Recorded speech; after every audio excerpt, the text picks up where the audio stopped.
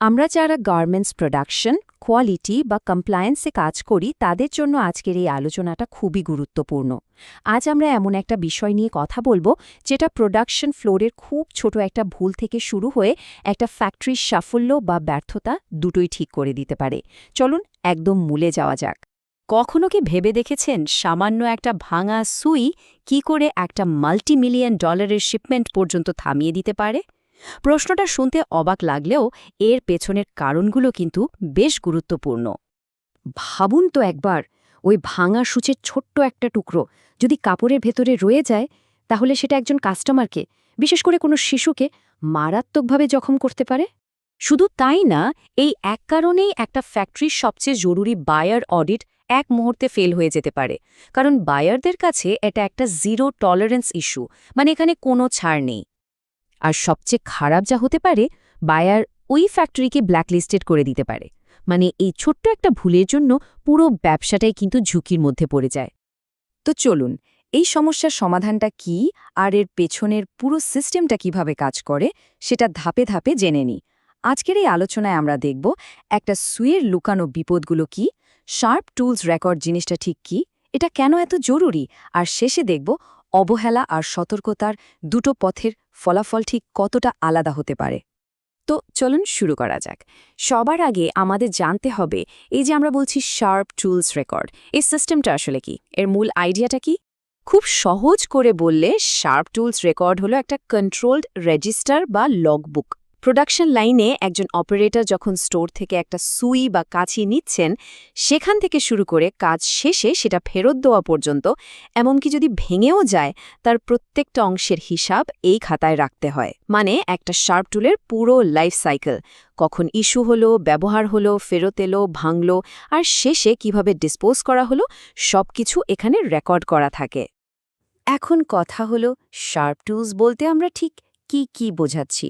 এর মধ্যে পড়ছে নিডল বা সুই, কাঁচি, কাটার, ছুরি, ব্লেড আর ট্রিমিং নাইফের মতো সব ধারালো যন্ত্রপাতি, যেগুলো প্রোডাকশন ফ্লোরে প্রায় প্রতিদিনই ব্যবহার করা হয়।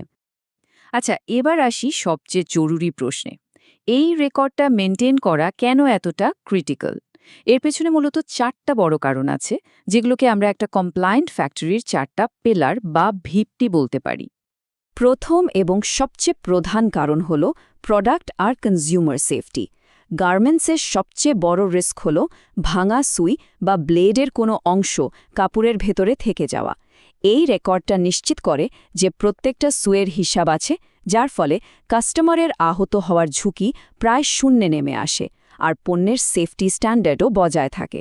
2 নম্বর কারণ হল বায়ার রিকোয়ারমেন্টস।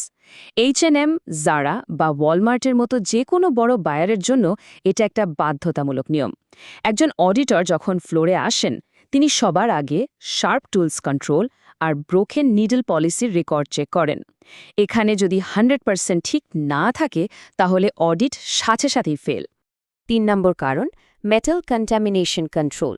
এই সিস্টেমটার মাধ্যমে এটা নিশ্চিত করা হয় যে যদি কোনো সুই ভাঙে, তাহলে তার সব কটা অংশ খুঁজে বের করা হয়েছে। বিশেষ করে বাচ্চাদের পোশাকের জন্য এটা খুব জরুরি। আর এর ফলেই ফ্যাক্টরির মেটাল ডিটেক্টর মেশিনটা ঠিকভাবে কাজ করে, কারণ ভাঙার সব অংশ যদি উদ্ধার না হয়, তাহলে ওই মেটাল ডিটেক্টরের কোনো মানেই থাকে না। আর 4 নম্বর কারণটা হলো আমাদের ওয়ার্কারদের নিজেদের সেফটি। শার্প টুলস যদি এখানে সেখানে পড়ে থাকে বা কন্ট্রোল ছাড়া ব্যবহার হয়, তাহলে কর্মীদের আহত হওয়ার ঝুঁকি থাকে, যেমন নিডল ব্রেক অ্যাক্সিডেন্ট। এই রেকর্ড সিস্টেমটা একটা ডিসিপ্লিন তৈরি করে, অ্যাকাউন্টেবিলিটি বাড়ায় আর দুর্ঘটনাও কমিয়ে আনে।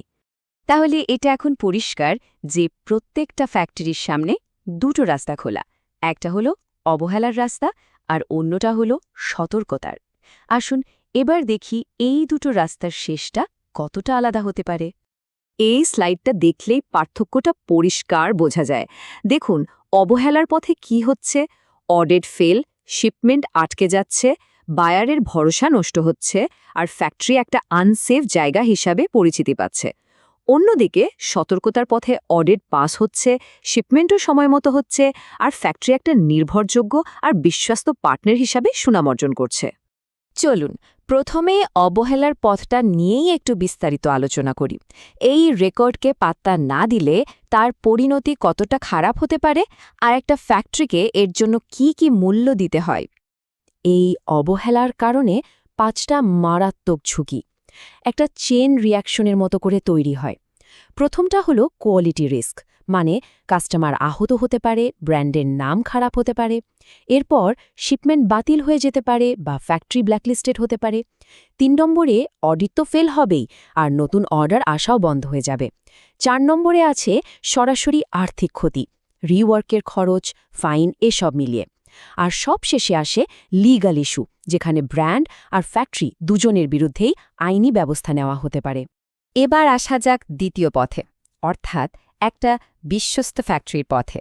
যখন একটা ফ্যাক্টরি এই সিস্টেমটাকে গুরুত্ব দিয়ে ঠিকভাবে ফলো করে, তখন তার পুরস্কারটাও কিন্তু অনেক বড় হয়। একটা ভালো কমপ্লায়েন্ট ফ্যাক্টরির কিছু স্পষ্ট চিহ্ন থাকে। তারা প্রোডাক্ট, কাস্টমার আর ওয়ার্কার সবার সেফটি নিশ্চিত করে। তারা খুব কনফিডেন্সের সাথে দায়ের অডিট পাস করে। মার্কেটে তাদের একটা নির্ভরযোগ্য আর বিশ্বস্ত পার্টনার হিসেবে নাম তৈরি হয়। আর সবচেয়ে বড় কথা হলো, তারা নিজেদেরকে আর্থিক আর আইনি ঝুঁকি থেকে বাঁচিয়ে রাখে, যা তাদের ভবিষ্যৎ ব্যবসাকে আরও মজবুত করে আর নতুন ব্যবসার সুযোগ তৈরি করে দেয়।